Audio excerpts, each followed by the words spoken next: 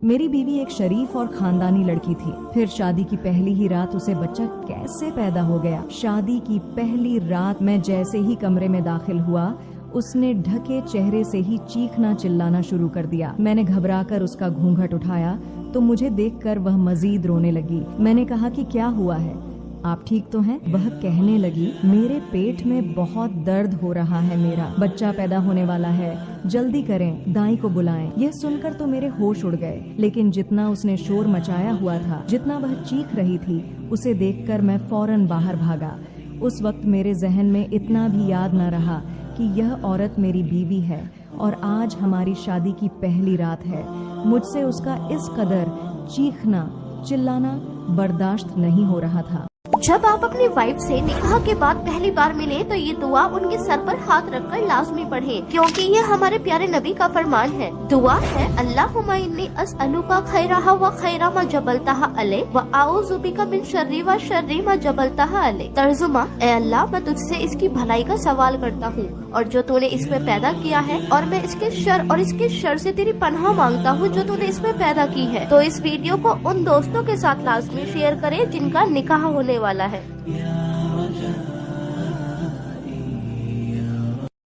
जब तक तुम्हारा किसी लड़की के साथ निकाह न हो जाए तब तक तुम्हारा उससे बात करना हराम है। आजकल तो मंगनी होती है कि बात करना शुरू कर देते हैं। अगर कोई मना कर दे ये कहकर कि इस्लाम इस बात की इजाज़त नहीं देता, तो कहते हैं अगर बात नहीं करेंगे तो कैसे जानेंगे सामने वाला कैसा है। ऐसा कुछ नहीं है। अल्लाह ने जो चीज़ गलत कह दी है वो गलत है। जब आपका निकाह हो जाए आप बेफिक्र होकर बातें करें, 2-3 घंटे नहीं, सारा दिन बातें करें, उसमें गुनाह नहीं, क्योंकि आप उसके शौहर हैं और वो आपकी बीवी है। आप दोनों महरम हैं और अगर आप एक दूसरे से अच्छी बातें करेंगे तो अल्लाह ने इसमें आपके लिए सवाब भी बख्शा है। इस्लाम में एक तरीके से जहेज देना जायज़ भी है। इस्लामी नुक्ता नज़र से जहेज का एक ही नुक्ता नज़र है कि दामाद की हैसियत को देखा जाता है।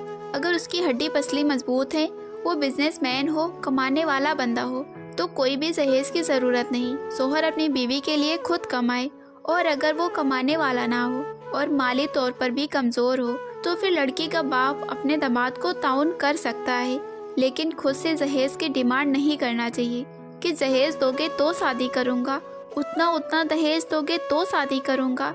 जहेज का कोई तस्वुर इस्लाम में नहीं है। इस्लाम में जहेज लेना हराम है, लेकिन माँ बाप अपनी मर्जी से अपनी बेटी को कुछ देना चाहें तो दे सकते हैं। सिस्टर का क्वेश्चन है कि जी मेरे पेरेंट्स मेरे शोहर के साथ बिल्कुल खुश नहीं है, लेकिन मैं अपनी शादी से सेटिस्फाइड हूँ। वो मेरे पेरेंट्स कहते हैं कि इस शोहर को छोड़ दें, तो क्या इस्लाम क्या कहता है? इस्लाम ये कहता है कि आप अपने शोहर की इताअत करेंगी। अगर आप उसके साथ खुश हैं तो आप उसके साथ ही खुश रहेंगी। पेरेंट्स की मर्जी से ये शादी हुई है और बाद में पेरेंट्स खुश नहीं है तो आप कोई डॉल तो है नहीं कि जिसके साथ प्रिंस जो है ये कपड़ों में अच्छा नहीं लग रहा दूसरे कपड़ों में ले आते हैं, ऐसा नहीं होता। तो अगर आप अपने शोहर से सेटिस्फाइड हैं तो आप अपने पेरेंट्स को ये समझाएंगी कि आप मेरी शादीशुदा जिंदगी में इंटरफेयर ना करें, आप मेरी शादीशुदा जिंदगी में इंटरफेयर ना करें। हम जिस तरह कहते हैं ना कि मर्द को कहते हैं कि जी आपके पेरेंट्स कौन होते हैं, सास ससुर कौन होते हैं, बहू के मामलात में बोलने वाले, तो इसी तरह औरत के माँ बाप कौन होते हैं, अपने दामाद के मामलात में बोलने वाले, जबकि वो आपकी बेटी को कुछ भी रख रहा है। तो इस्लाम इस चीज की इजाजत नहीं देता। हाँ ये है कि जो मामलात खराब है उनको सॉर्ट आउट कर दें, उनको दोनों को आमने सामने बैठाएं और उन मामलात को कोशिश करें हल करने की, और बताएं कि आप अपने शोहर से भी मोहब्बत करती हैं, अपने माँ बाप से भी मोहब्बत करती हैं और दोनों के बगैर नहीं रह सकती। तो ये पेरेंट्स को यहाँ पे समझना होगा। अगर आपके पास पैसा है तो बहुत अच्छी बात है, उससे आप लोगों की मदद करें। अल्लाह ने मर्दों को 4 बीवियों की इजाज़त दी है, एक हिकमत के साथ दी है। इसका मकसद सिर्फ मर्दों की ख्वाहिशात पूरा करना नहीं, बल्कि सोसाइटी के मसाइल और इंसानी ज़रूरत को समझना भी है। कई दफ़ा जंग या दूसरी सिचुएशन में औरतों की तादाद ज़्यादा हो जाती है और अगर उन्हें सपोर्ट और प्रोटेक्शन ना मिले तो उनका जीना मुश्किल हो जाता है। 4 बीवियों की इजाज़त उनका हक और इज्जत बरकरार रखने के लिए है। अगर किसी शख्स की पहली बीवी से औलाद ना हो रही हो या किसी मेडिकल इशू की वजह से प्रॉब्लम्स हो रही हो तो दूसरी शादी एक हल बन जाता है। यहाँ भी इंसाफ और सबके राइट्स का ख्याल रखा गया है। इस्लाम में मर्दों को 4 शादियाँ करने की इजाज़त तो दी है, लेकिन साथ ये भी कंडीशन लगाई है कि इंसाफ करना ज़रूरी है। अगर कोई इंसाफ नहीं कर सकता तो एक ही शादी का हुक्म है। ये सब चीज़ें इसलिए हैं ताकि एक बैलेंस और इंसाफ पर मबनी सोसाइटी बन सके। इस्लाम हर फैसले के पीछे एक स्ट्रॉन्ग रीज़न रखता है।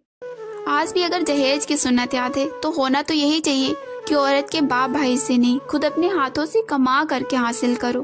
بہت سارے آج کے دور میں بھی بھکاری پیدا ہوئے ہیں۔ میں تو ان سے ہمیشہ یہی کہتی ہوں جن کی طلب یہ ہے کہ شادیاں اس لیے کرنا چاہتا ہوں، مطالبہ اس بات کا کر رہے ہیں کہ ہمارے گھر میں شادیاں ہیں اور جہیز، اور سامنے والے مانگ رہے ہیں جہیز دینا ہے، بائک دینا ہے، فلاں دینا ہے۔ کیا تعاون ہو سکتا ہے؟ کیا بائک دینے کے لیے ولما فاؤنڈیشن تیار کیا گیا ہے؟ جہیز کے لیے میں تو یہ کہہ رہی ہوں، بائک دینا یا نہ دینا بات کی بات ہے، اپنی بیٹی ہی مت دو ایسے بھکاری کو۔ جو تمہارے گھر سے کھانا چاہتا ہو وہ تمہاری بیٹی کو کیا کھلائے گا؟ میں تو ایسے لڑکوں کو یہی کہنا چاہتی ہوں کہ ایک کٹوری لے لو اور مسجد کے باہر بیٹھ جاؤ، اور جہیز سے زیادہ مال اس میں جمع ہو جائے گا، تو شادی کرنے کی کیا ضرورت ہے؟ جو شخص بیٹی کے پیدائش پر خوشی کرتا ہے، اچھا نام رکھتا ہے، اچھی تربیت کرتا ہے اور اچھے گھرانے میں اس کی شادی کر دیتا ہے، اللہ کے نبی صلی اللہ علیہ وسلم نے فرمایا، میں محمد بیٹیوں کا باپ بن کر آیا ہوں۔ کہا گیا جب کسی کے گھر میں بیٹی پیدا ہوتی ہے تو فرشتے اس کے گھر میں نازل ہوتے ہیں اور چاروں طرف سے اس کو گھیر کر کہتے ہیں، اے ننھی جان سے پیدا ہونے والی ننھی جان، جب تک تو اس گھر کے اندر موجود رہے گی ہم بھی تیرے ساتھ ساتھ اس گھر میں موجود رہیں گے۔ یعنی بیٹوں کے باپ کو توجہ کرنا چاہیے۔ بیٹوں کا باپ ہونا نایاب کی بات نہیں، اللہ بیٹوں کا باپ بھی بنا نصیب فرمائے، کیونکہ اس سے نسل چلتی ہے۔ لیکن بیٹوں کے باپ کو برکت کی تعویذ کی ضرورت پڑ سکتی ہے۔ لیکن بیٹی ہونا وہ فضیلت ہے کہ جب تک بیٹی گھر میں ہے تب تک رحمت کے فرشتے گھر میں رہتے ہیں۔ یہ ہوتی ہے بیٹیاں۔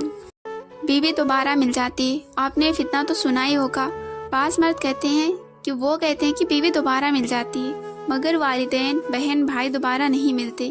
یہ بات سچ ہے، میں اس بات کو مانتی ہوں کہ ماں باپ، بہن، بھائی دوبارہ نہیں ملتے، لیکن ایسی سوچ رکھنے والے بھائیوں سے صرف میری اتنی سی چھوٹی سی گزارش ہے کہ جیسے آپ کو اپنے بہن بھائی پیارے ہیں، ایسے ہی سب کو اپنے بہن بیٹیاں بھی پیاری ہوتی ہیں، اور ایسی سوچ رکھنے والے کو نہ کوئی دوسری دفعہ تو کیا پہلی دفعہ بھی اپنی بہن بیٹی نہیں دے گا۔ کسی کی بہن بیٹی اتنی فالتو بھی نہیں ہے۔ اگر یہی بات آپ کی بہن بیٹی کے بارے میں کوئی آپ سے بولے تو آپ کو کیسا محسوس ہوگا؟ اپنی سوچ کو بدلیں، جو ہماری کانسیپٹ ہے نا ان کو بدلیں، اور یہ بات سمجھیں کہ ہر رشتے کا اپنا مقام ہوتا ہے۔ جس طرح آپ کے اپنے ہیں نا، آپ کی اپنی بہن بیٹیاں نا، اسی طرح دوسروں کی بھی بہن بیٹیاں ہیں اور اپنے ہیں، ان کو اتنے ہی پیارے ہیں جتنے کہ آپ کو۔